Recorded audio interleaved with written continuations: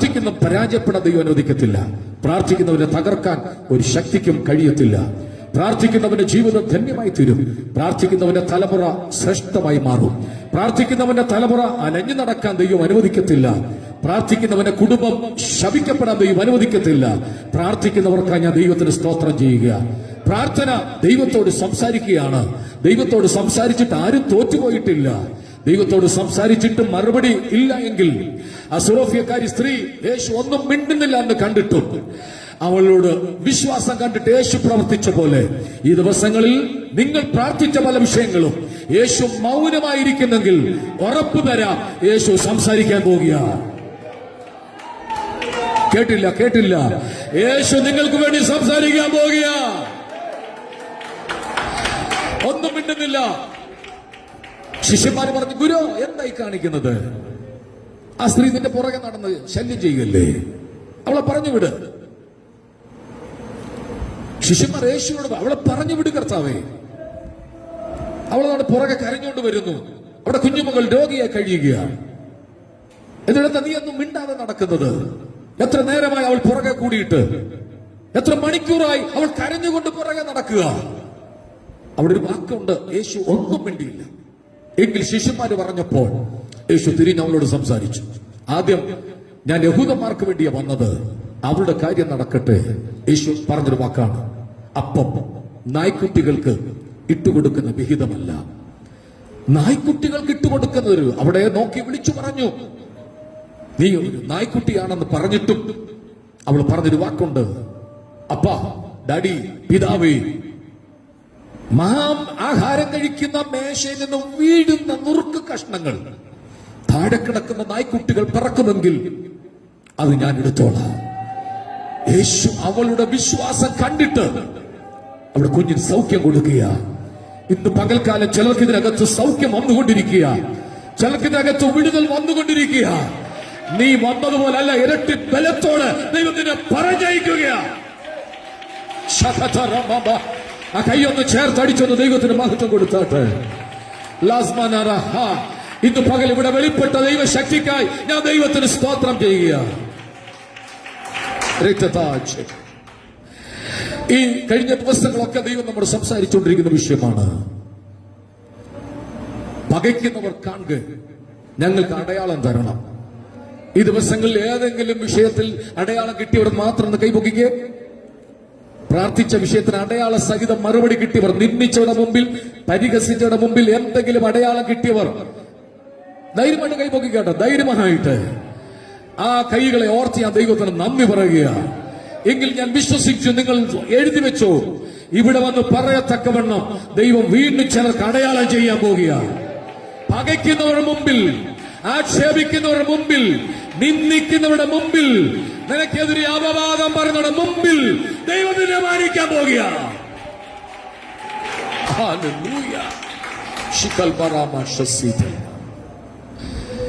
അങ്ങനെയെങ്കിൽ പകച്ച ഒരു വ്യക്തിയെ കുറിച്ചാണ് നമ്മൾ കഴിഞ്ഞ ആഴ്ച ചിന്തിച്ചു തുടങ്ങിയത്. ജോസഫിന്റെ ചരിത്രം.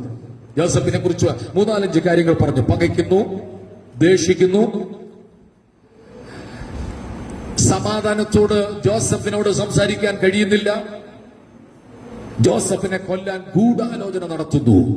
അഭിഷേകത്തിന്റെ പേരിൽ, കാഴ്ചപ്പാടിന്റെ പേരിൽ, ദർശനത്തിന്റെ പേരിൽ ഒരു ഭക്തനെ കൊല്ലാൻ ഒരുങ്ങുകയാണ്. ഒടുവിൽ ഞാൻ ഇങ്ങനെയാണ് അവസാനിപ്പിച്ചത്, ജോസഫിനോടല്ല പോരാട്ടം, അവന്റെ അകത്തെ ദർശനത്തോടാ. നമ്മളോടല്ല ആർക്കും പോരാട്ടം, നമ്മുടെ അകത്ത് തിളയ്ക്കുന്ന ഒരു ദർശനമുണ്ട്. എന്റെയും നിങ്ങളുടെ അകത്തൊരു തിളയ്ക്കുന്ന ദർശനമുള്ളത് കൊണ്ടാണ് അതിനെതിരെ ശത്രു പോരാടുന്നത്. അതിനെ ജയിക്കാനുള്ള കൃപ ഇന്ന് പകൽ കർത്താവ് തരാൻ വേണ്ടി പോകും. എല്ലാവരും ഇങ്ങോട്ട് ശ്രദ്ധിച്ചാട്ട്. അങ്ങനെ ജോസഫിനെ സഹോദരന്മാരെ കാണാൻ അപ്പനും അമ്മയും കൂടെ അപ്പം, മലര്, മുന്തിരി അട ഇതെല്ലാം കൂടെ കൊടുത്ത് ജോസഫിനെ വിടുക. സഹോദരന്മാരെ ചെന്ന് ക്ഷേമം അന്വേഷിച്ചു വരണം. ഇതാണ് പറഞ്ഞയക്കുന്നതിന്റെ ചെറിയൊരു സന്ദേശം. ആർക്കെങ്കിലും ഓർമ്മയുണ്ടോ? ഇതുപോലെ അയച്ച മറ്റൊരു വ്യക്തി ശൗമന്റെ പുസ്തകത്തിലുണ്ട്. ദാവീദിനെ അപ്പനും അമ്മയെ അയച്ചു. അപ്പം, മലര്, അട, സഹസ്രാധിപന് കൊടുക്കാൻ വേണ്ടിയുള്ള വെൺകട്ടി, ഇതെല്ലാം കൊടുത്തു ദാവീദിനെ വിടുക. അതുപോലെ തന്നെ ദേഷിച്ച ഒരു വ്യക്തിയാണ് ക്രിസ്തു. വീടിനകത്ത് ഏറ്റവും അധികം പകയ്ക്കപ്പെട്ട ഒരു വ്യക്തിയായിരുന്നു യേശു. യേശുവിനെ സഹോദരന്മാർ പകച്ചു, ജോസഫിനെ സഹോദരന്മാർ പകച്ചു, ദാവീദിനെ സഹോദരന്മാർ പകച്ചു. ഇങ്ങനെ ഉണ്ടാകുന്ന പക വൈരാഗ്യത്തിലെത്തുകയാണ്. അങ്ങനെ അപ്പോ മനുരുമായിട്ട് ജോസഫ് യാത്ര പുറപ്പെടുന്നു. ഉൽപ്പത്തി പുസ്തകത്തിലേക്ക് നമുക്ക് കിടക്കാം വേഗത്തിൽ. ബൈബിൾ എല്ലാവരും ഒന്ന് തുറന്നിട്ട് ബൈബിൾ തുറക്കണം, പറയുന്ന ഭാഗങ്ങൾ വായിക്കണം. നിങ്ങൾ അല്ലെങ്കിൽ സ്ക്രീനിലേക്ക് നോക്കണം. 18ാമത്തെ വാക്യം, 37:18.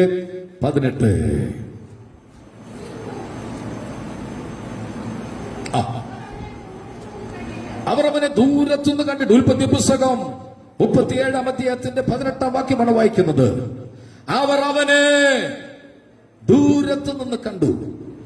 ദർശനമുള്ളവനെ എത്ര ദൂരെ നിന്നാലും കാണാൻ പറ്റും. അഭിഷേകമുള്ളവനെ എത്ര ദൂരത്തു നിന്നാലും കാണാൻ പറ്റും. ജോസഫിന്റെ നടപ്പും ഭാവവും കണ്ടപ്പോൾ അവർ ഉറപ്പായി നിശ്ചയിച്ചു, ആ വരുന്നത് ജോസഫാണ്. ദൂരത്തു നിന്ന് കണ്ടു. അടുത്ത വാക്യമാണ്, അവനെ ആരെ കൊല്ലേണ്ടതിന്? അവരുടെ രക്തബന്ധമാണ്, അവരുടെ കൂടപ്പിറപ്പാണ്. ജോസഫിനെ കൊല്ലാൻ തക്കവണ്ണം ഗൂഢാലോചന നടത്തുകയാണ്. ഞാൻ ചോദിക്കട്ടെ, എന്തെങ്കിലും അവരുടെ അപകരിച്ചോ? എന്തെങ്കിലും അവർക്കെതിരെ അവൻ പ്രവർത്തിച്ചോ? ഇല്ല. പക്ഷെ അവനെ കൊല്ലാൻ വേണ്ടി ഗൂഢാലോചന നടത്തുക. എന്തു വില കൊടുത്തു ചിലരെ ഇല്ലാതാക്കത്തക്കവണ്ണം വ്യാപരിക്കുന്ന പോരിന്റെ മണ്ഡലങ്ങളുടെ എക്സ്പയറി ഇന്ന് തീരുമെന്ന് ഞാൻ വിശ്വസിക്കുക. നീ ഉയരാതിരിക്കത്തക്കവണ്ണം, നീ പൊങ്ങി വരാതിരിക്കത്തക്കവണ്ണം, ഈ ദേശത്ത് വളരാതിരിക്കത്തക്കവണ്ണം നിനക്കെതിരെ ആരെല്ലാം നിന്നെ കൊല്ലാൻ ശ്രമിച്ച് പദ്ധതി ഒരുക്കിയാലും നിന്നെ തൊടാൻ ദൈവം അനുവദിക്കത്തില്ല.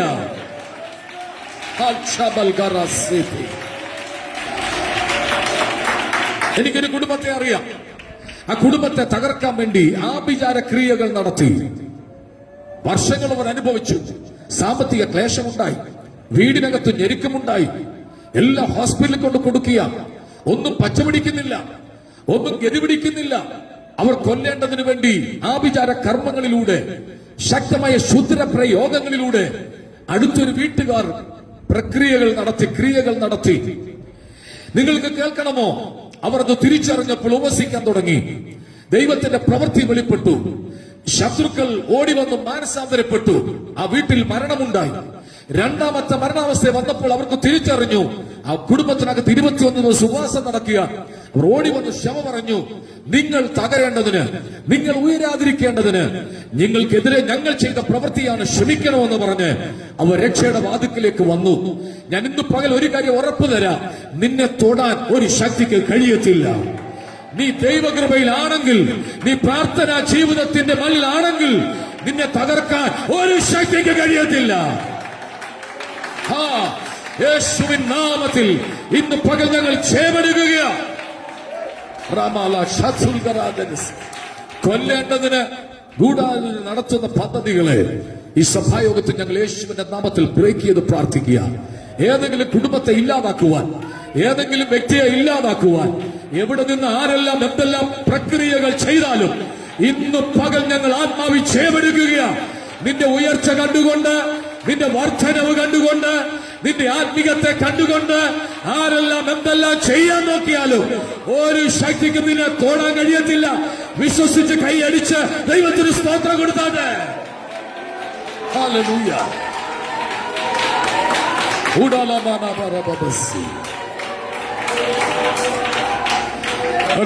അടുത്തു വരും മുമ്പേ അവന് വിരോധമായി. അടുത്ത വാക്കിയിട്ട് മോനെ, അടുത്ത വാക്കിയിട്ട്. ഇനി അടുത്ത ശ്രദ്ധിക്കുക. അടുത്തതാണ്. അവന്റെ പേരെന്താണ്? ഉറക്കെ പറഞ്ഞേ. സഹോദരന്മാർ പറഞ്ഞ് കേൾക്കുന്നില്ലല്ലോ. ജോസഫിന്റെ പേരെന്താണ്? സ്വപ്നക്കാരൻ. ദാ വരുന്നു സ്വപ്നക്കാരൻ. അവന്റെ സ്വപ്നം എന്താകുമെന്ന് നമുക്കൊന്ന്, ഞാൻ ആ ഭാഗം വായിച്ചു എന്നെ കണ്ണു നനഞ്ഞു പോയി. ഉറ്റ രക്തത്തിൽ പറന്നവർ തന്നെ ദോഷം പ്രവർത്തിക്കുക. എന്തെങ്കിലും മോഷ്ടിച്ചെങ്കിൽ, എന്തെങ്കിലും പിടിച്ചെടുത്തെങ്കിൽ, അപ്പൻ എന്തെങ്കിലും കൂടുതൽ വസ്തു എഴുതി കൊടുത്തെങ്കിൽ അത് മനസ്സിലാക്കാം. പക്ഷെ ഇപ്പോ അതൊന്നുമല്ല. എന്തോ ഒരു അസൂയയുടെ സ്പിരിറ്റ്, എന്തോ മനസ്സിനകത്തൊരു സുഖമില്ലായ്മ, ആ ഉയർച്ച വേണ്ട, ആ നന്മ വേണ്ട. അതിനെ തടയാൻ വേണ്ടിയുള്ള പദ്ധതികൾ ഒരുക്കുക. ഇന്ന് പകൽ അത് വില പോകില്ല. ദൈവം നിനക്ക് വേണ്ടി യുദ്ധം ചെയ്യും. ദൈവം നിനക്ക് വേണ്ടി പ്രവർത്തിക്കും. യേശുവിന്റെ നാമത്തിൽ ചില കുടുംബങ്ങൾ പരിശുദ്ധാത്മാവിൽ തന്നെ കാണിക്കുന്നു. നിങ്ങൾ ഇനി പരാജയപ്പെടാൻ ദൈവം അനുവദിക്കത്തില്ല. നിങ്ങൾ ഇനി പരാജയപ്പെടാൻ ദൈവം അനുവദിക്കത്തില്ല. നിങ്ങൾ പരാജയപ്പെടാൻ ദൈവം അനുവദിക്കത്തില്ല.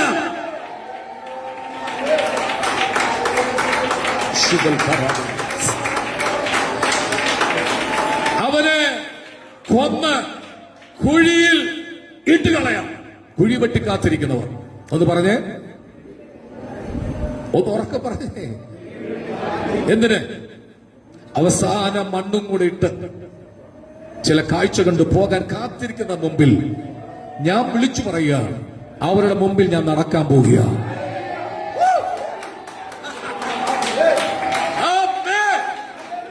അവരുടെ മുമ്പിൽ ഞാൻ നടക്കാൻ പോകുക. യേശുവിന്റെ നാമത്തിൽ സഭയുടെ തകർച്ച കാണുവാൻ, സഭയുടെ പരാജയം കാണുവാൻ, സഭയ്ക്കെതിരെ ആരെല്ലാം എന്തെല്ലാം ചെയ്താലും ഇന്ന് പകൽ ഞാൻ വിളിച്ചു പറയുക, നമ്മൾ അവരുടെ മുമ്പിൽ നടക്കാൻ പോകുക.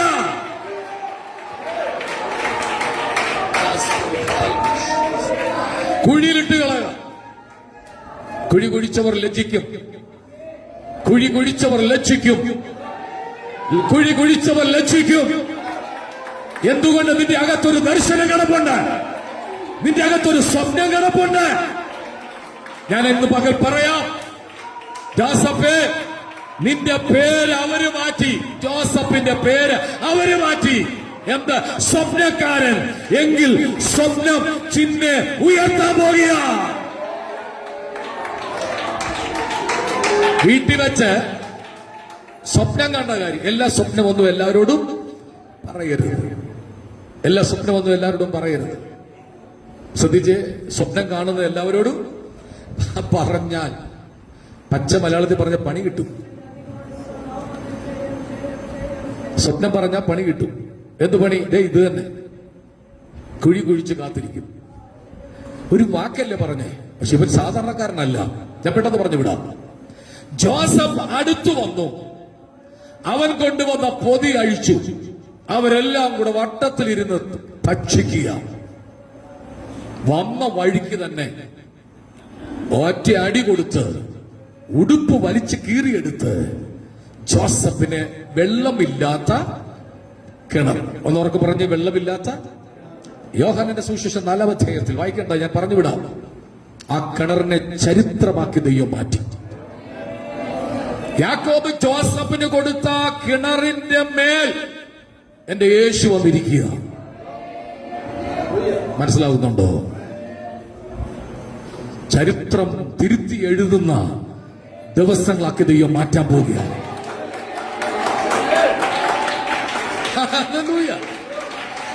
സുഖാർ എന്ന പട്ടണത്തിൽ ആ പട്ടണക്കാർക്ക് കോരുവാനുള്ള കിണർ സാധാരണ കിണറല്ല, ഒരു അഭിഷക്തൻ വീണ കിണറാണ്. ആ കിണറിന്റെ മേൽ എന്റെ യേശു ഇരിക്കുക. ഞാൻ എന്റെ ഭാവനെ പറയാം.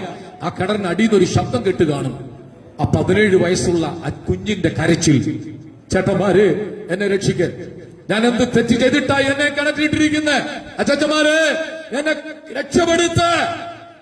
അവർ കൊണ്ടുവന്നത് തിന്നവർ തന്നെയാണ് അവനെതിരെ മാറിയത്. നീ കൊണ്ടുവന്ന് കൊടുക്കുന്ന ആളുകൾ നിന്നെ എതിരായി മാറും. അവർ ഭക്ഷിക്കുമ്പോ തന്നെ നിനക്കെതിരായി ചിന്തിക്കും. മറന്നുപോകരുത്, ജോസഫ് കൊണ്ടുവന്ന അപ്പവും മലരും തിന്നുമ്പോൾ കിണറ്റിനകത്തൊരു കരച്ചിൽ, അച്ചാച്ചമാരെ എന്നെ രക്ഷിക്ക, ഞാൻ എന്ത് തെറ്റെയ്തിട്ടാ ഈ കിണറ്റിൽ എന്നെ ഇട്ടത്, ഈ വെള്ളമില്ലാത്ത പൊട്ട കിണറ്റിൽ എന്തിനാ എന്നെ കൊല്ലാനിട്ടത്? അർത്ഥനഗ്നായി ആമെ മുറിവുകളേറ്റ് കിടക്കുന്ന ജോസഫേ, നീ കിടന്ന കിണർ ചരിത്രത്തിന്റെ കിണറായി മാറാൻ പോവുക. മനസ്സിലായവർ എത്ര പേരുണ്ട്? യോഹന്നാന്റെ സുവിശേഷം 4-ാം അധ്യായത്തിൽ യേശു ആ കിണറിന്റെ മേളിൽ വന്നിരിക്കുക.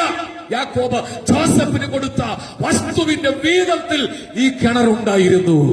എങ്കിൽ ഞാൻ ആത്മാവി പറയാം, ഇന്ന് വേദന അനുഭവിക്കുന്ന പല സംഭവ കിണറുകളും ദൈവം ചരിത്രമാക്കി മാറ്റാൻ പോകുക. അത് വിശ്വസിക്കുന്നവ കൈ അടിച്ചത് ദൈവത്തിന് മഹത്വം കൊടുത്താട്ടെ. ചരിത്രമാക്കി മാറ്റാൻ പോകുക. നീ ജനിച്ചു വളർന്ന നിന്റെ സ്ഥലത്ത് തന്നെ ദൈവം നിന്നെ ഒരു ചരിത്രമാക്കി മാറ്റും. അപ്പൊ യേശു ആ കിണറിന്റെ മേളിൽ വന്ന് നട്ടുച്ച നേരത്ത് ഇരിക്കുമ്പോ എന്റെ ഭാവനയാണ്, അതിനകത്തുനിന്ന് കുഞ്ഞു ശബ്ദം കേട്ടുക. 17 വയസ്സുള്ള ജോസഫ് ആ കിണറ്റിൽ കിടന്ന് കരഞ്ഞ്. യേശുവിനെല്ലാം അറിയാമല്ലോ, ആ കിണറിനെ ചരിത്രമാക്കി മാറ്റി.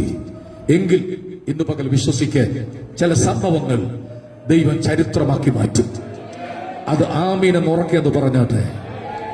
കിണറ്റിൽ കിടന്ന രൂപേനെ പറഞ്ഞ് നമ്മള് വെറുതെ അവനെ കൊല്ലണ്ട, നമ്മുടെ സഹോദരനല്ലേ. രൂപൻ എങ്ങോട്ട് പോയ ഭാഗം നോക്കി യഹൂദ ഒരു പ്രവൃത്തി ചെയ്തു. തലപൊക്കി നോക്കുമ്പോൾ ഇസ്മായിലിലെ കച്ചവടക്കാർ വരുന്നത് കണ്ടു. നമ്മുടെ സഹോദരനെ കൊന്നിട്ട് നമുക്ക് എന്തോ ചെയ്യാൻ പറ്റും? ഇതാണ് ഗൂഢാലോചന. ശത്രു നടത്തുമ്പോ തന്നെ അതിനകത്ത് നിനക്ക് അനുകൂലമായി പറയാൻ ഒരാൾ കാണും. മനസ്സിലായില്ല? നിനക്കൊരു പദ്ധതികൾ ആസൂത്രണം ചെയ്യുമ്പോൾ നിനക്ക് വേണ്ടി സംസാരിക്കാൻ ഒരാളെങ്കിലും കാണും. ആരോട് ദൈവം പറയുന്നു? പദ്ധതികളെ ദൈവം പൊളിച്ച് നിനക്ക് വേണ്ടി സംസാരിക്കാൻ ചിലരെ എഴുന്നേൽപ്പിക്കാൻ പോവുക. നീ പറഞ്ഞിട്ടും നടക്കാത്ത കാര്യങ്ങൾ, അധികാരമുള്ളവർ പറഞ്ഞിട്ടും നടക്കാത്ത കാര്യങ്ങൾ ദൈവം നിനക്ക് വേണ്ടി ചെയ്യാൻ പോവുക.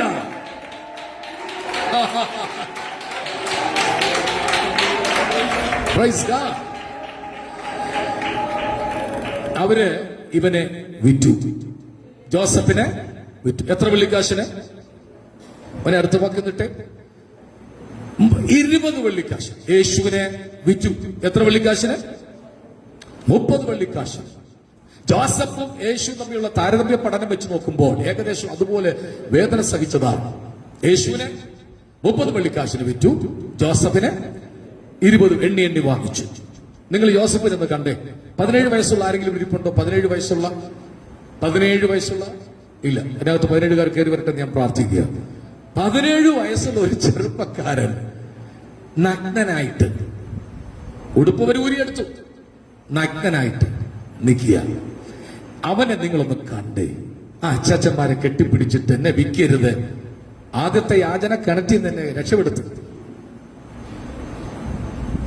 വിൽക്കരുത്, എന്നെ വിൽക്കരുത്. അവര് കൊണ്ടുപോയി ഇശ്മായേലിലെ കച്ചവടക്കാർ തിരിഞ്ഞു നോക്കി കാണും. തിരിഞ്ഞു നോക്കി പറഞ്ഞു കാണും, അച്ചാച്ചന്മാരെ എന്തിനാ എന്നെ വിൽക്കുന്നേ? ഞാൻ എന്ത് തെറ്റ് ചെയ്തു? എന്താ എന്റെ കുറ്റം? എന്താണ്? തിരിഞ്ഞു നോക്കാൻ അവൻ പോയി. ഈ സമയത്ത് ആ സഹോദരന്മാരുടെ ഇടയിൽ ഒരു സംഭവം ഉണ്ടായി. ആ സംഭവമാണ്, രൂപൻ വന്നപ്പോ ചോദിച്ചു, ജോസഫ് എന്തിയെ? അവനെ കൊന്നില്ല, ഞങ്ങൾ അവനെ വിറ്റു. 20 വെള്ളിക്കാശ്. ആ വെള്ളിക്കാശ് കീശ കിടപ്പുണ്ട്.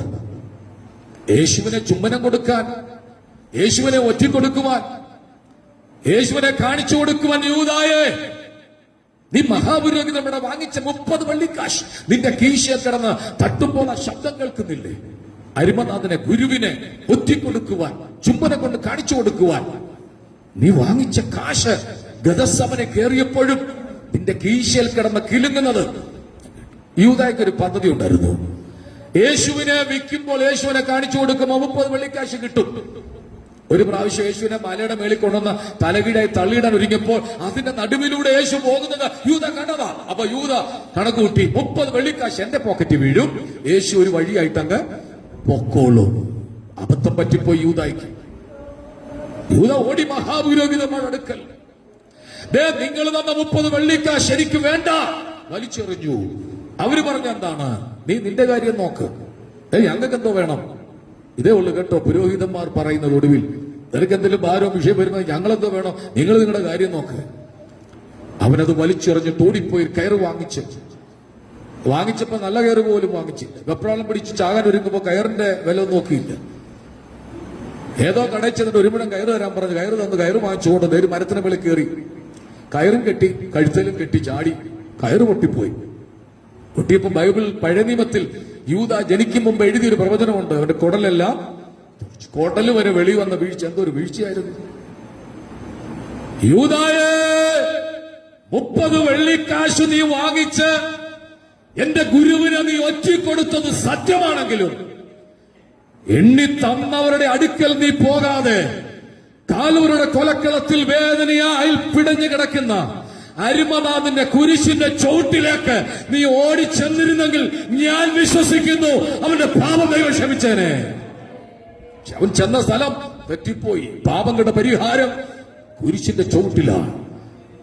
ചെയ്ത മുഴുവൻ അപരാധങ്ങളും ക്ഷമിക്കുന്ന ഒരിടമുണ്ടെങ്കിൽ നേർച്ച കാഴ്ചകളുള്ള സ്ഥലമല്ല, തീർത്ഥാടന സ്ഥലമല്ല, പുണ്യ സ്ഥലങ്ങളല്ല, ഒറ്റ സ്ഥലം കാൽവറിയാണ്. എന്തുകൊണ്ട് ഇതിനകത്തിരുന്ന ആർത്തു പാടി ആരാധിച്ചു ദൈവത്തിന് മഹത്വം കൊടുത്തു? പാപത്തിന് പരിഹാരം ദൈവം എനിക്ക് തന്നു. നേർച്ചകളും കാഴ്ചകളും പലയിടത്തും പോയി ഇട്ടിട്ടും പരിഹാരം കിട്ടാതിരുന്നപ്പോ ആ കാൽവരുടെ ചുവട്ടിലേക്ക് ചെന്ന അപ്പാ ഞാൻ പാപിയാണെന്ന് പറഞ്ഞപ്പോൾ ദൈവം നമ്മുടെ പാപത്തിന്റെ കുറ്റം ക്ഷമിച്ചു തന്നു. 30 വെള്ളിക്കാശിന്റെ അവസാനം ഇങ്ങനെ. അങ്ങനെയെങ്കിൽ ജോസഫിനെ വിറ്റ 20 വെള്ളിക്കാശിനെ കുറിച്ച് ബൈബിളിൽ എങ്ങും എഴുതിയിട്ടില്ല.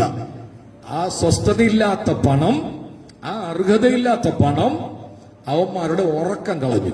പ്രിയമുള്ളവര്, ദൈവഹിതമല്ലാത്ത ഏതെങ്കിലും പണം നമ്മുടെ കൈവശമുണ്ടെങ്കിൽ നമ്മുടെ ഉറക്കം പോവും, നമ്മുടെ ഭാവി പോവും, നമുക്ക് ലക്ഷ്യത്തിൽ എത്താൻ കഴിയത്തില്ല. ഒരാമിന് ഉറക്കം പറഞ്ഞേ. അടുത്തതാണ് ഇവരെല്ലാം കൂടെ ആലോചിച്ചു, ഇടാ ഇങ്ങനെ ആയാൽ അപ്പനോട് എന്തു പറയും? ജോസഫിന്റെ ഉടുപ്പ് അവര് നോക്കി, മനോഹരമായ ഉടുപ്പ്.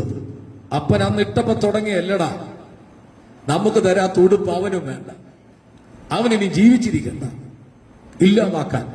ഒരാട്ടുംകുട്ടിയെ കൊന്നിട്ട് ആ ചോരയെല്ലാം ഈ ഉടുപ്പ് തേച്ചു പിടിപ്പിച്ചു. എന്തൊരു അഭിനയമാണല്ലേ ഇതൊക്കെ! എങ്ങനെ കിട്ടി?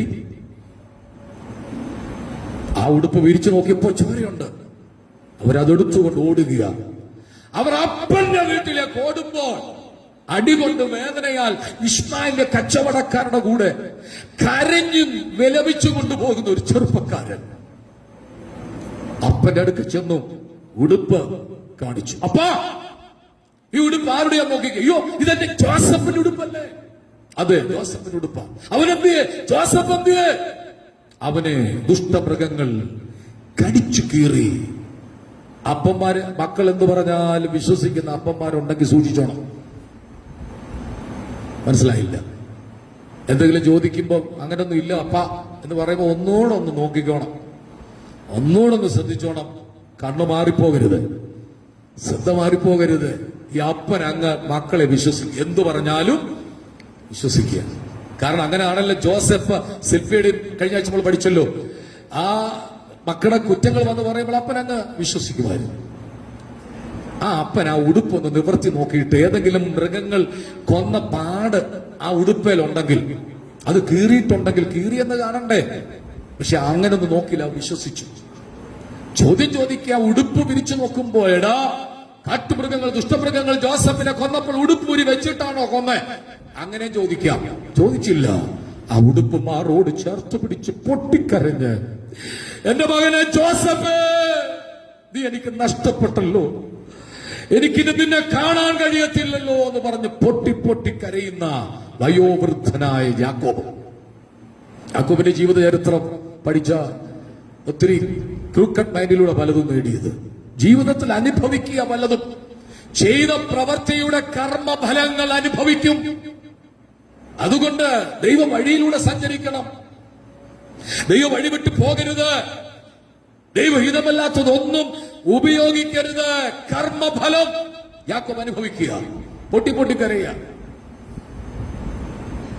എന്റെ കൂടെ ബൈബിൾ സ്കൂളിൽ പഠിക്കാൻ അവർ കേൾക്കാതിരിക്കട്ടെ, ലൈവാണ്. ഒരു മോനെ വിട്ടു. ആ അമ്മയ്ക്ക് സഹിക്കാൻ പറ്റുന്നില്ല. ഇവിടെ അടുത്തുള്ളത് തന്നെ.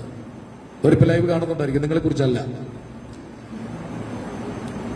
ആ മോനെ പഠിക്കാൻ വിട്ടിട്ട് അമ്മയ്ക്ക് സഹിക്കാൻ പറ്റുന്നില്ല. അമ്മ അവന്റെ ഉടുപ്പ് എടുത്തിട്ട് സ്മെല്ല് ചെയ്യും, എന്നിട്ട് കരയും. ബൈബിൾ സ്കൂളിൽ പഠിക്കാൻ പോയ, നല്ല കാര്യം പഠിക്കാൻ പോയെന്ന് പറഞ്ഞാൽ അമ്മയ്ക്ക് സഹിക്കാൻ പറ്റുന്നില്ല ആ ഉടുപ്പ്. അവൻ വരുമ്പോ പറയും, മോനെ ഞാന് ആശ്വാസം കണ്ടെത്തുന്നത് ഈ ഉടുപ്പിലാണ്. നിന്റെ സ്മെല്ല്, നിന്റെ വിയർപ്പിന്റെ മണം എനിക്കില്ലാതിരിക്കാൻ പറ്റുന്നില്ല. എന്തൊരു അറ്റാച്ച്മെന്റ് ആണ്, എന്തൊരു സ്നേഹമാണ്, ആഴമേറിയ ബന്ധം. ആ ബന്ധം അപ്പനിലുണ്ടായി. അപ്പൻ പക്ഷെ താങ്ങാൻ കഴിയുന്നില്ല. അവൻ ശാരീരികമായി ക്ഷീണിക്കുന്നു, മാനസികമായി തകർന്നു. എന്റെ നരയെ പാതാളത്തിലേക്ക് ഇറക്കിയല്ലോ എന്ന് പറഞ്ഞ് പൊട്ടിക്കരയുക. അന്ന് ചൈതന്യം നഷ്ടപ്പെട്ടതായി യാക്കോബ്. തിരിച്ചു വന്നേ ജോസഫിനെ കൊണ്ടുപോവുകയാണ്. ഒരു മാർക്കറ്റിൽ കൊണ്ടു നിർത്തി വില പേശിക്കുക. യോസഫിനെ അവർ വാങ്ങിച്ചത് വളർത്താനൊന്നുമല്ല, വിറ്റ് കാശുണ്ടാക്കാൻ വേണ്ടി. നിങ്ങൾക്ക് വേണോ ഇവനെ? തരാം, 20 വെള്ളിക്കാശ് തന്നാ മതി, അടിമയായി കൊണ്ടുപോകും. അവരെണ്ണി കൊടുത്തു 20 വെള്ളിക്കാശ്. പക്ഷെ യോസഫിനെ വളർത്താനല്ല, വഴി വെച്ച് അവർ വിൽക്കുക, മാർക്കറ്റിൽ വിൽക്കാൻ. യഹൂദന്മാരുടെ ചരിത്രം പഠിക്കുമ്പോൾ അടിമയെ വിൽക്കാൻ നിർത്തിയ കാലെ ചങ്ങലയിടും, കൈയെ ചങ്ങലയിടും. വാങ്ങാൻ വരുന്ന വ്യക്തി, ഒരാൾ ഓടി വന്നിട്ട് അപ്പൂഞ്ഞ് വന്നിട്ട് ഈ വാങ്ങാൻ വരുന്ന വ്യക്തി കണ്ണടച്ചു വാങ്ങിക്കത്തില്ല. ഈ ചെറുപ്പക്കാരനെ അടിക്കും. പിന്നെ ബലമുണ്ടോ ശക്തിയുണ്ടോ നോക്കും, കൈയെല്ലാം പിടിച്ചു നോക്കും, കണ്ണെല്ലാം സൂക്ഷിച്ചു നോക്കും, അവയവങ്ങൾക്ക് കേടുണ്ടോ നടത്തും, വലിച്ചഴച്ച് നടത്തും. അങ്ങനെയാണ് കുറവുകളില്ലെന്ന് കണ്ടുപിടിക്കുന്നത്. ചങ്ങലങ്ങിട്ട ജോസഫിനെ അടിച്ചു നോക്കി, തള്ളി നോക്കി, നടത്തി നോക്കി, ഇരുത്തി നോക്കി, നിർത്തി നോക്കി, കുഴപ്പമില്ല. സുന്ദരനായ, കോമളനായ, സുനേത്രനായ ജോസഫ് അവർ വാങ്ങിച്ചുകൊണ്ട് പോയി വിറ്റ്. വീണ്ടും പോത്തിപ്പറാണ് ജോസഫിനെ വാങ്ങിച്ചു. Thank you. പോത്തിപ്പർ ജോസഫിനെ വാങ്ങിച്ചു. പോത്തിപ്പർ വീട്ടിൽ കൊണ്ടുവന്നു. വീട്ടിലെ ജോലിയൊക്കെ ചെയ്യാനാ. നമ്മുടെ ഭാഷ പറഞ്ഞാൽ ഒരു ചോദ്യം ഞാൻ ചോദിക്കട്ടെ. സ്വപ്നം കണ്ട ജോസഫ്, നീ മന്ത്രിയാകുമെന്ന് ആരോ നിന്നെ കുറിച്ച് പ്രവചിച്ചില്ലേ? പക്ഷെ നീ ഇപ്പൊ പോത്തിപ്പറിന്റെ വീട്ടിൽ അടിമപ്പണി ചെയ്യുകയാണോ? ദർശനം കണ്ടവരോട്, വാഗ്ദത്ത ദൂത് കിട്ടിയവരോട് ഞാൻ ചോദിക്കുക, അതിനല്ല ദൈവം നിന്നെ വിളിച്ചത്. ദൈവം കടത്തിവിടുന്ന പ്രോസസ്സിലൂടെ നീ വിജയിച്ചാൽ നിനക്ക് ലക്ഷ്യത്തിലെത്താൻ കഴിയും. ആ കൈയടിച്ച് ഒന്ന് ദൈവത്തിന് സ്തോത്രം ചെയ്താട്ടെ. വാഗ്ദത്ത കിട്ടിയിട്ടുണ്ടോ? ദൂത് കിട്ടിയിട്ടുണ്ടോ? ആലോചന കിട്ടിയിട്ടുണ്ടോ? പ്രവചനം കിട്ടിയിട്ടുണ്ടോ? അതാ നടക്കാൻ പോകുന്നത്. മറ്റൊന്നും നടക്കത്തില്ല. താൽക്കാലികമായി ഇപ്പോൾ അനുഭവിക്കുന്ന പല വേദനകളും താൽക്കാലികമാണ്. ഇങ്ങനെന്ന് കാണിച്ചേ, ഇങ്ങനെന്ന് കാണിച്ചേ. എന്തുവാ അതിന്റെ അർത്ഥം? ഒന്നുമില്ല, സാരമില്ല. നൊടി നേരത്തേക്കുള്ള ഞങ്ങളുടെ ലഘുവായ കഷ്ടം. ഒന്നൊന്ന് കാണിച്ചേ, എന്നെ കാണിച്ചു ധൈര്യമായിട്ടും. ഒന്നുമില്ല, സാരമില്ല, സാരമില്ല, ഇത്രേ ഉള്ളൂ, ഇത്ര നേരേ ഉള്ളൂ. അത് കഴിയുമ്പോൾ ഞങ്ങൾ പുറത്തു വരും. അത് പോത്തിപ്പറിന്റെ വീട്ടിൽ താൻ ഇട്ട ഉടുപ്പ്, മൂന്നാമത്തെ ഉടുപ്പ്, 5 വസ്ത്രമാണ് ജോസഫ് ഇട്ടത്. അതിൽ ഒന്നാമത്തെ ഉടുപ്പ് അപ്പൻ കൊടുത്ത നിലയങ്കി, അത് അപ്പന്റെ ഊരിക്കൊണ്ട് കൊടുത്തു. 2, ഈ വാങ്ങിച്ചുകൊണ്ടു പോകുന്ന കച്ചവടക്കാര്, ഇസ്മായിലിയ കച്ചവടക്കാർ, അവരിവനെ ഇങ്ങനെ കൊണ്ടുപോയ മോശമല്ല. ഈ ചെറുക്കനെ 17 വയസ്സല്ലേ ഉള്ളൂ. അവരളവില്ലാത്ത ഒരു ഉടുപ്പ് കൊടുത്തു. പിള്ളേരൊക്കെ വീട്ടില് അച്ഛന്റെ അമ്മയുടെ ഒക്കെ എടുത്തിടുന്ന പോലെ, ഉടുപ്പൊക്കെ എടുത്തിടുന്ന പോലെ, അപ്പന്റെ ഉടുപ്പൊക്കെ എടുത്തിടുന്ന പോലെ അല്ലേ? അവനെ ചേരാത്തൊരു ഉടുപ്പ് ഇട്ടുകൊണ്ട് നടക്കുക. ആരാ? സ്വപ്നക്കാരൻ. ആരാ? ദർശനക്കാരൻ. നീ ഞങ്ങളുടെ രാജാവാകുമോ? നീ ഞങ്ങളെ വാഴുമോ? നോക്ക, ഈ ശുശ്രൂഷ കഴിയുമ്പോ ഇതിനകത്ത് ഭയങ്കര മാറ്റങ്ങൾ ഉണ്ടാകാൻ പോവുകയാണ്. ഈ പ്രോസസ്സിലൂടെ പോകുന്ന ചില കുടുംബത്തിനകത്ത് ഇരിപ്പുണ്ട്. നിങ്ങൾ പുറത്തു വരാൻ പോവുകയാണ്. യേശുവിന്റെ നാമത്തിൽ നിങ്ങൾ പുറത്തു വരാൻ പോവുകയാണ്. ദൈവം നിങ്ങളെ പുറത്തെടുക്കാൻ പോവുകയാണ്. ആകപ്പാടെ നോക്കുമ്പോ ചേരുന്നില്ല. ഞാനിപ്പോ ഒരു വലിയ ഉടുപ്പ്, ഒരു 6 അടി പൊക്കമുള്ള ഒരാടെ ഒരു ഉടുപ്പ് ഇട്ട് ഞാൻ ഇവിടെ നിന്നാ നിങ്ങളെല്ലാം കൂടെ ആദ്യം വരും, എന്ത് ചെയ്യും? നോക്കും. എന്നിട്ട് ഇങ്ങനെ ചിരിക്കും. പെൺകുട്ടികളാണ് ഇങ്ങനെ ചിരിക്കും. ആൺകുട്ടികളാണ് പാസ്റ്റിട്ട് ഉടുപ്പ് കണ്ടില്ലേ, മുട്ടിന് താഴെ. ജുബയാണ് കുഴപ്പമില്ല, ഒരു ജുബാ പോലിപ്പയോ ഓസപ്പ് ഇട്ടുകൊണ്ട് നടക്കുക. അവനതല്ല വിഷയം. അവൻ എന്തിനാ ഈ വേദന സഹിക്കുന്നത്? അവൻ എന്തിനാ ഈ പോരാട്ടം സഹിക്കുന്നത്? പോത്തിപ്പറിന്റെ വീട്ടിൽ ചെന്നപ്പോ പോത്തിപ്പർ ഒരു ഉടുപ്പ് കൊടുത്തു. എത്ര ഉടുപ്പിട്ടു? 3. മൂന്നാമത്തെ ഉടുപ്പ് അതിനിതം കൊള്ളാം. നിലയും നോക്കി ഒരു ഉടുപ്പ് കൊടുത്തു. പക്ഷെ ആ വീട്ടിലെ പോത്തിപ്പറിന്റെ ഭാര്യയ്ക്ക് അവനോട് ഇഷ്ടം തോന്നി. അതൊരു ടെംപ്റ്റേഷനാണ്. എല്ലാവരും ശ്രദ്ധിച്ചേ, എല്ലാവരും ശ്രദ്ധിച്ചാണ്. പാപത്തിന്റെ മോഹങ്ങൾ, പാപത്തിന്റെ തലോടലുകൾ, പാപത്തിന്റെ സ്വാധീനം എല്ലാ മേഖലകളിലുമുണ്ട്. പാപം ചെയ്യാൻ അവസരമില്ലാത്തപ്പോൾ വിശുദ്ധനായി ജീവിക്കുന്നതല്ല വിശുദ്ധി. പാപം ചെയ്യാൻ അവസരമുള്ളപ്പോഴും ഞാൻ ആരാണെന്നും എന്നെ കാണുന്ന ഒരു ദൈവമുണ്ടെന്നും തിരിച്ചറിഞ്ഞ് അതിൽ നിന്നും മാറി നീക്കുന്നവനാ യഥാർത്ഥ വിശുദ്ധൻ. ഒരാമയും പറഞ്ഞാട്ട്. പാപം ചെയ്യാൻ അവസരമില്ലാത്തപ്പോൾ വിശുദ്ധനായി ജീവിക്കാൻ എല്ലാവർക്കും കഴിയും. പക്ഷെ പാപം ചെയ്യാൻ അവസരമുള്ളപ്പോഴും ഞാൻ ആരാണ്, എന്നെ കാണുന്നൊരു ദൈവമുണ്ട്, എന്റെ കർത്താവ് എന്നെ കാണുന്നു എന്ന് തിരിച്ചറിഞ്ഞ് അതിൽ നിന്നും മാറി നിൽക്കുന്നവനാ വിശുദ്ധൻ. ജോസഫ് തീരുമാനിച്ചു, ഇവിടെ ഞാൻ പാപം ചെയ്യത്തില്ല. ഏറ്റവും അധികം വിജയത്തിന്റെ സ്റ്റെപ്പ് വിശുദ്ധിയാണ്. വിശുദ്ധിയുടെ മണ്ഡലങ്ങൾ നിത്യത തരിക. നിങ്ങൾ ഇവിടെ വിശുദ്ധിയോട് ജീവിച്ചില്ലെങ്കിലും കാറും വീടും ബംഗ്ലാവും ഒക്കെ കിട്ടും. അത് വിശുദ്ധിയുടെ മാനദണ്ഡമല്ല, അത് ദൈവങ്ങൾക്ക് തരുന്ന ഗിഫ്റ്റാണ്, ദാനമാണ്. പക്ഷേ നിത്യത, എല്ലാവരും എന്ന് ശ്രദ്ധിച്ച്, നിത്യത ലഭിക്കുന്നത് വിശുദ്ധിയുടെ അടിസ്ഥാനത്തിലാണ്. ഒരാമി പറഞ്ഞ്, ഈ ആമി പോരാ. എന്റെ സഭയിലെ പ്രിയപ്പെട്ടവർ വചനം പഠിച്ചു പോണം. ജോസഫ് തീരുമാനിച്ചു, പാപം ചെയ്യത്തില്ല. ഓടിപ്പോകാൻ അവസരമുണ്ടായിരുന്നു. അച്ചാച്ചന്മാർ പിടിച്ചു കെട്ടിയപ്പോൾ ഓടാമായിരുന്നു, ഓടിയില്ല. അത്രയ്ക്കും ജോസഫ് സഹോദരന്മാരെ വിശ്വസിച്ചു. ചിലരൊക്കെ അന്ധമായി വിശ്വസിക്കുന്നത് സൂക്ഷിച്ചോണം. ഹലോ, ഇപ്പൊ അത്ര പറയുന്നു, കണ്ണട ചിലരെ വിശ്വസിക്കരുത്. ജോസഫ് സഹോദരന്മാരെ വിശ്വസിക്കാതിരിക്കാൻ പറ്റുമോ? ഓടിപ്പോകാം, പാവം ചെയ്തില്ല. ഇസ്മായിലെ കച്ചവടക്കാരുടെ പിടിയിൽ നിന്നും അവൻ ഓടിപ്പോവാം, പോയില്ല. എടാ, ഒരുത്തനെ ഉയർത്തണമെങ്കിൽ ഇങ്ങനെ കയറ്റിവിടണോ? ഈ അവസ്ഥയിലോട്ട് കടത്തിവിടണോ? വേണ്ട. നിങ്ങൾ ശ്രദ്ധിച്ചു കേൾക്കണമേ. ആ വീടിനകത്തെ വിശുദ്ധി സൂക്ഷിച്ചു. എന്തുകൊണ്ട്?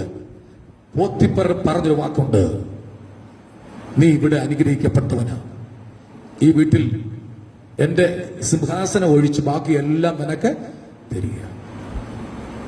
പക്ഷെ ഈ സ്ത്രീ ദുശാഠ്യ സ്ത്രീയാണ്. നമ്മുടെ ഭാഷ പറഞ്ഞാൽ എങ്ങനെയെങ്കിലും ജോസഫിനെ കൊണ്ട് പാപം ചെയ്യിപ്പിക്കണം. പല പ്രാവശ്യം പാപത്തിലേക്ക് വീഴ്ത്തിയിടാൻ വേണ്ടി പ്രലോഭനങ്ങളും മോഹങ്ങളും ഈ സ്ത്രീ കാണിച്ചു.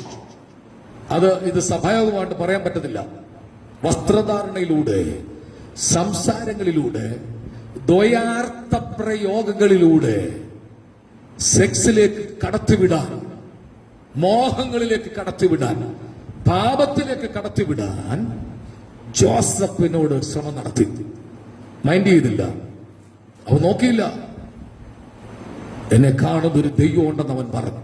മക്കളെ, കുഞ്ഞുങ്ങളെ, പ്രിയപ്പെട്ടവരെ, ഇതെപ്പോഴും നിങ്ങളുടെ മനസ്സിനകത്തുണ്ടായിരിക്കണം.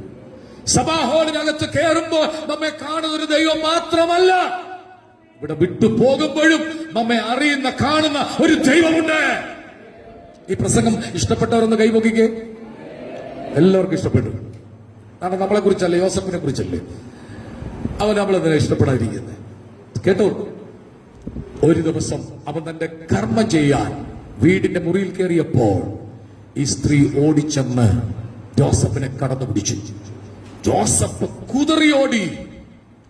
പാപം ചെയ്യാം, ആരും കാണുന്നില്ല, ആരും അറിയുന്നില്ല, പക്ഷേ അവൻ കുതറി ഓടി. അതാണ് സ്ത്രീ പീഡനം. ഇത്ര മിനിറ്റിൽ കൂടുതൽ ഒരു സ്ത്രീ എന്ത് ചെയ്യാൻ പാടില്ല, നോക്കാൻ പാടില്ല. നോക്കിയാൽ പീഡനമാണ്, പീഡനമാണ്, പീഡനമാണ്. ഇപ്പൊ ആർക്കും കൊണ്ട് കേസ് കൊടുക്കാം, ആർക്കും എതിരെ കൊടുക്കാം. സ്ത്രീ പീഡനം. ഞാൻ പുളിക്കി പോലീസ് സ്റ്റേഷനിലെ ഒരു റെസ്ക്യൂ വിഷയത്തോളം ബന്ധത്തിൽ ചെല്ലുമ്പോ ഒരു ഭാര്യ ഭർത്താവ് ഒരു കുഞ്ഞിനെ എടുത്തുകൊണ്ട്, എനിക്കൊന്ന് ഒരു 6 മാസമുള്ള കുഞ്ഞിനെ എടുത്തുകൊണ്ട് അവിടെ വന്നിരിക്കുക. എന്ത് പറ്റി, എന്താ നിങ്ങളുടെ പ്രശ്നം, എന്താണ്? കേസ് കൊടുക്കാൻ വന്ന. എന്താ? അപ്പുറത്തെ വീട്ടുകാരൻ ഭയങ്കര പ്രശ്നം, ഞങ്ങളെ ഉറങ്ങാൻ സമ്മതിക്കുന്നില്ല, സമാധാനത്തോടെ കിടക്കാൻ പറ്റില്ല, അതുകൊണ്ട് കേസ് കൊടുക്കാൻ വന്നു. അത് സ്വാഭാവികമാണ്.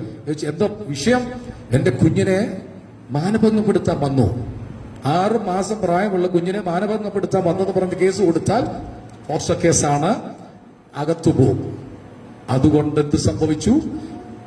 ഞാൻ പറഞ്ഞു മനസ്സിലാക്കി കൊടുത്തു, തെറ്റാ, ചെയ്യരുത്, വിട്ടുകളയാൻ പറഞ്ഞു. പോലീസുകാർക്ക് CIക്കും കാര്യം മനസ്സിലായി, മനഃപൂർവ്വം കേസ് കൊടുക്കാനാ. ഒടുവിൽ വാദി പ്രതിയാകുമെന്ന് പറഞ്ഞു. സ്ത്രീപീഡനത്തിന് യോസഫിനെതിരെ കേസ് വന്നു, കോടതി വിധിച്ചു. പോത്തിഫറിന്റെ ഭാര്യയെ കയറി പിടിക്കാൻ ശ്രമിച്ചതിന്റെ പേരിൽ ജോസഫിനെ തടവിലിടാൻ കൽപ്പിച്ചു. ഇപ്പൊ ഇട്ടിരിക്കുന്ന ഉടുപ്പ് 4ാമത്തെ, ഈ ഉടുപ്പിന് ഒരു പേരിടാം, തടവ് വസ്ത്രം. 45, 138, 138 ആയിക്കോട്ടെ, നമ്പർ അടിച്ചു, അടി കൊടുത്ത് ജോസഫ് എവിടെ കിടക്കുക? ജയിലിൽ കിടക്കുക. ആര്? സ്വപ്നക്കാരൻ. ആര്? ദർശനക്കാരൻ. ആര്? അഭിഷേകമുള്ളവൻ. ആര്? രാജ്യത്തെ രണ്ടാമനായി മന്ത്രിയാകും, രാജാവാകുമെന്ന് ദൈവം പറഞ്ഞവൻ ഇപ്പൊ എവിടെ കിടക്കുക? പല പ്രവചനം കേട്ടിട്ടും പല ദൂത് കേട്ടിട്ടും നിനക്ക് എത്തേണ്ടിടത്ത് എത്താൻ കഴിഞ്ഞില്ലെങ്കിൽ വിഷമിക്കരുത്. നീ ടാർഗറ്റിൽ എത്താൻ പോകുക. ഓ, ചേർന്നാമീൻ പറഞ്ഞാട്ടെ. നിന്റെ ലക്ഷ്യത്തിൽ ദൈവം എത്തിക്കാൻ പോകുക. ഈ മനുഷ്യൻ അവിടെ കിടന്ന് കരഞ്ഞു, നിലവിളിച്ചു. ആരും കേട്ടില്ല. ഇപ്പൊ ഇട്ടിരിക്കുന്ന ഉടുപ്പ് 4ാമത്തെ ഉടുപ്പാണ്. ജോസഫ് ചെയ്ത തെറ്റിന്റെ കുറ്റം അനുസരിച്ചുള്ള ശിക്ഷയല്ല. ഇവിടെ കിടക്കാൻ പറഞ്ഞു. പക്ഷെ സ്വർഗം അടങ്ങിയിരിക്കുമോ? ഒറ്റ വാക്ക് കൂടെ പറയാം. ജോസഫ് ജയിലിൽ കിടന്നു, ദൈവം അവനോട് കൂടെ ഇരുന്നു. ആ വാക്യം ഞാനത് പറഞ്ഞു വിടാം. ജോസഫ് ജയിലിൽ കിടന്നു, ദൈവം അവനോട് കൂടെ. ജയിലിനകത്ത് ആരിക്കുക? ദൈവം വന്നിരിക്കുക. ജോസഫ് അവിടെ കിടന്ന് സുഖമായി സ്വപ്നങ്ങൾ, ദർശനങ്ങൾ കാണാൻ തുടങ്ങി. മാസങ്ങൾ, വർഷങ്ങൾ കഴിഞ്ഞു.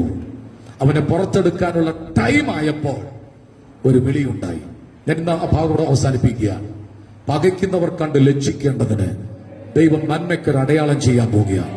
എല്ലാ കണ്ണുകളും അടച്ചാട്ട്, എല്ലാ കണ്ണുകളും അടച്ചാട്ട്, എല്ലാ കണ്ണുകളും അടച്ചാട്ട് നിങ്ങൾക്ക് വേണ്ടി പ്രാർത്ഥിക്കാം. ദൈവമേ, ആമേൻ. അനാവശ്യമായ വേദനകളിലൂടെ, അനാവശ്യമായ ശിക്ഷകളിലൂടെ ആരെങ്കിലും കടന്നു പോകുന്നെങ്കിൽ നിന്നെ വിടിവിക്കുന്ന ഒരു കരം ഇന്ന് പകൽ നിനക്ക് വേണ്ടി വെളിപ്പെടാൻ പോകുക.